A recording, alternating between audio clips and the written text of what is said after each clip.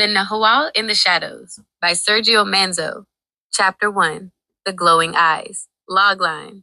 Four teenage friends who frequently bike through the wilderness on the outskirts of a Midwestern city find their adventurous lives turned upside down when one of them encounters a mysterious creature with glowing eyes, leading to a terrifying and unbelievable reality. Characters. SAM 14. The observant and initially brave protagonist. Richard, 13. Skeptical and logical, often the voice of reason. Tony, 14. Enthusiastic and a bit of a thrill seeker. Daniel, 13. More cautious and easily scared. Setting, the outskirts of a large Midwestern city, featuring dense woods, winding bike trails, and distant mountain ranges. Soundscape, ambient sounds of nature. Birds chirping, wind rustling leaves, distant traffic. Bicycle sounds, pedaling, chains rattling, tires on dirt. Occasional animal sounds, crows cawing, squirrels chattering. Scene 1. Inside Sam's bedroom night. Sound of keyboard clicking, followed by a frustrated sigh and a laptop closing. Sound of Sam tossing and turning in bed. Sam, it's been days. Feels like forever. Those eyes, burning embers in the fading light of the woods. I tell myself it was just a trick of the light, some weird reflection. But I can't shake it. A cold unease settled deep in my stomach. A persistent knot that tightened whenever I closed my eyes. It wasn't just fear. It was the chilling certainty that what I saw defied everything I knew. Scene 2. Outside woods, bike trail day. Sound of four bicycles riding on a dirt trail, punctuated by the friends' voices. Tony, come on, slowpokes. Pick up the pace. I heard there's an old abandoned logging cabin deeper in this section. Think it's haunted? Richard, probably just full of termites and rusty nails, Tony. You know Mom will ground me if I come home with another tetanus shot. Daniel, nervously glancing into the shadows. Maybe we should stick to the main trails today, guys. I saw a sign yesterday about increased wildlife activity. Sam, his gaze drifting uneasily into the deeper woods, his grip tightening on his handlebars. Yeah, maybe.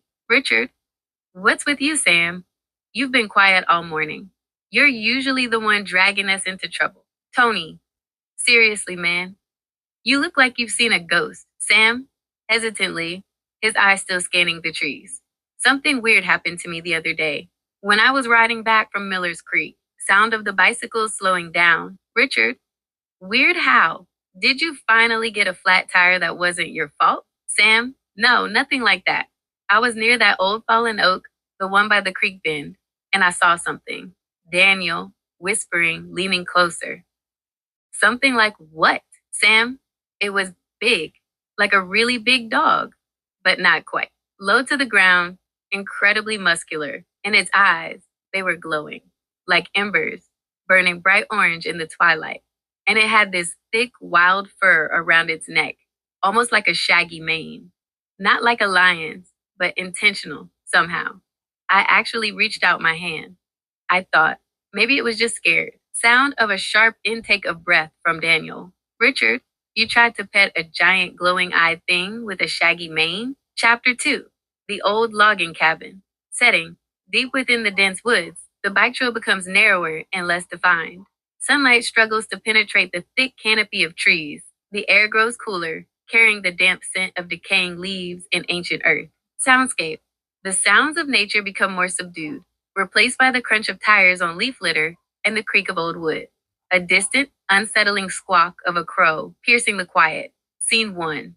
Outside woods, bike trail day. Sound of frantic pedaling and heavy breathing. The previous casual chatter is gone. Tony, come on, slowpokes. Keep pedaling. Don't be a chicken, Daniel. Live a little. Daniel groans. A sound of exhaustion. Richard, winded. Easy for you to say, Tony. You're practically a mountain goat on two wheels. Sam, his eyes constantly darting into the shadowed depths of the trees, a nervous edge to his voice. Are you sure this is it, Tony? It feels deeper than I thought. The air just got really still. Tony, puffing, but with renewed energy. Totally. Just around this bend, I swear. Heard it from Mark, he said it's super creepy. Perfect for a hideout. Sound of a bicycle tire skidding slightly on loose dirt. Daniel, whining, his voice tight with fatigue and growing apprehension. I just want to go home. My legs are burning, and it feels like night already, guys. Richard, it's not even late afternoon, Daniel. Just a lot of trees. Sam, to himself, almost a whisper, a genuine shiver running down his spine. Too many trees. And not enough sound. The trail opens slightly. Through the thinning foliage, a dark, dilapidated structure becomes visible, its silhouette stark against the muted light.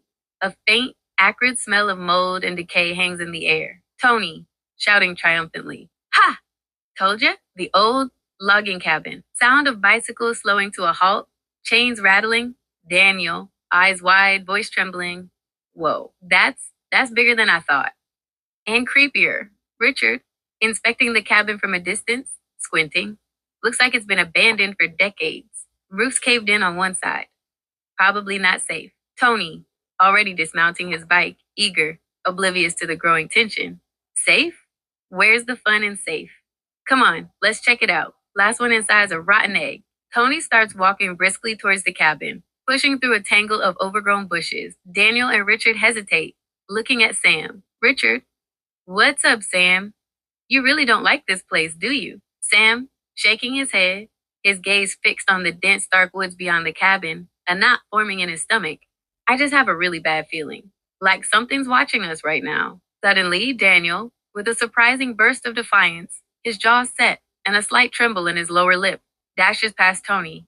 Daniel, calling back, trying to sound brave, though his voice cracks slightly. See, not so bad. He shoves through the same overgrown bushes and, with a final surge, steps over the threshold of the cabin's open doorway. The others watch, stunned. The faint, acrid smell of mold and decay that was in the air intensifies, becoming a pungent assault on the senses as the cabin's interior releases its stale, wet rot. The strong odor of damp wood and thick mold fills the air. Richard, to Sam and Tony shaking his head. He's going to regret that.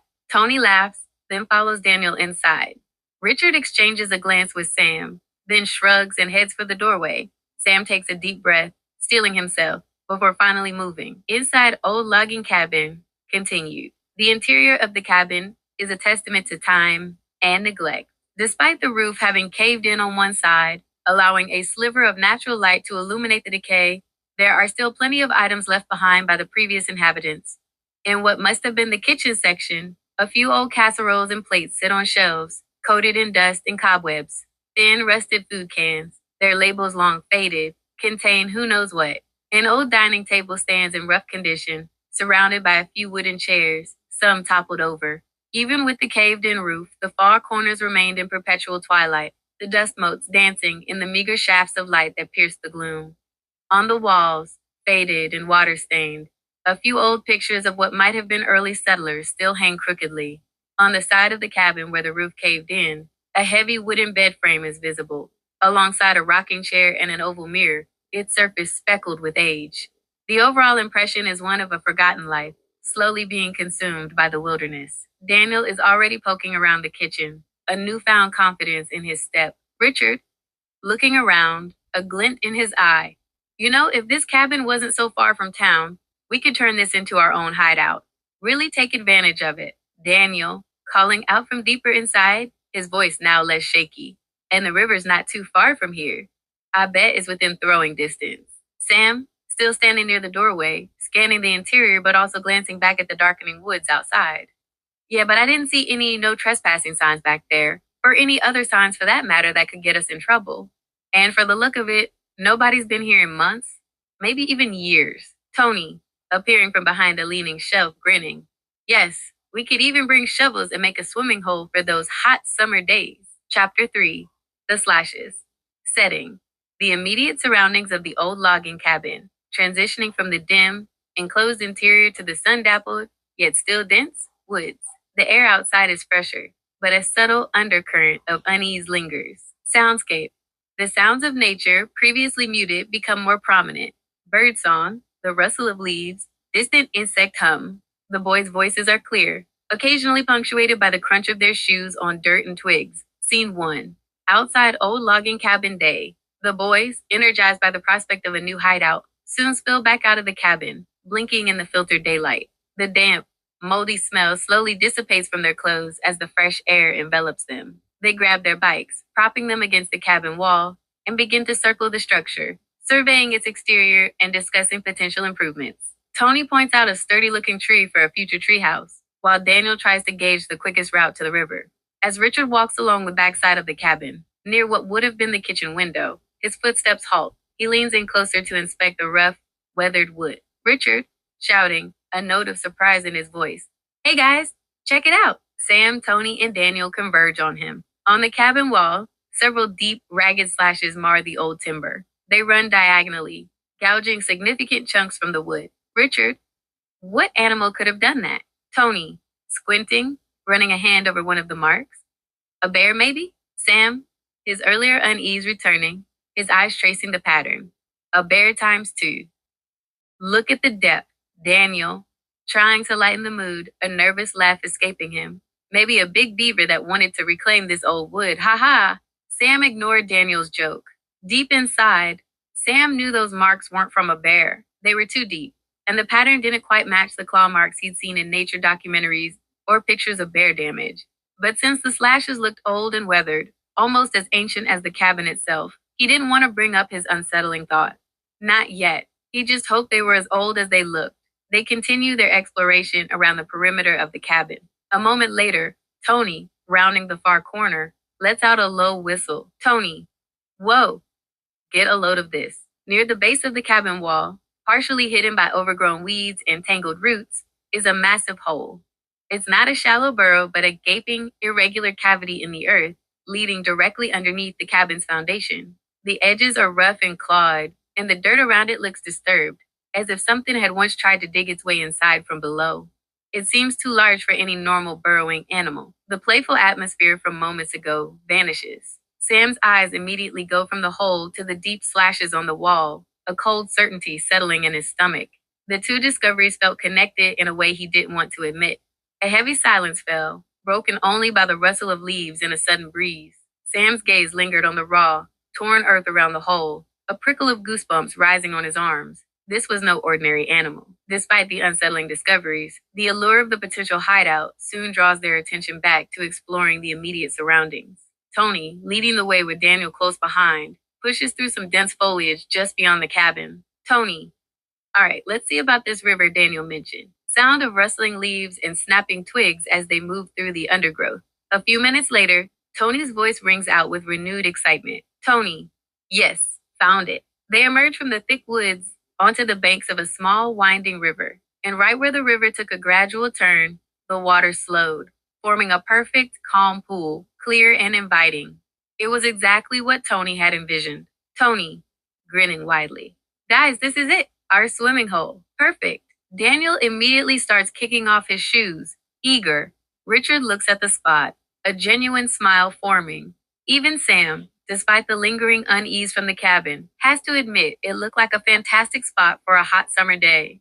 The river seemed to wash away some of the cabin's strange aura, at least for a moment. With a whoop of triumph, Daniel splashes into the cool water first, followed quickly by Tony, who dives in with a cannonball. Richard wades in more cautiously, groaning slightly as the initial chill hits him. Sam hesitates for a second, then shrugs off his remaining worry and plunges in after them. The cool embrace of the water a welcome distraction.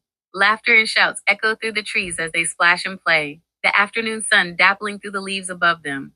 After a long, refreshing swim, their energy starts to wane. The sun dipped lower, casting longer shadows across the woods. Richard, all right guys, it's getting late. My mom's gonna kill me if I'm not home before dark. Tony, reluctantly climbing out. Yeah, guess we should head back? But this place is awesome. We're definitely coming back. Daniel, shivering slightly as he dries off. Yeah, but maybe next time we bring towels. They quickly pull on their shirts and shoes, grab their bikes, and begin to pedal back, the earlier excitement now tinged with a comfortable tiredness. As they leave the cabin and the river behind, the deep woods around them start to take on a more ominous quality as dusk approaches, a silent reminder of the unsettling discoveries they've made. Scene 2. Outside woods, bike trail dusk.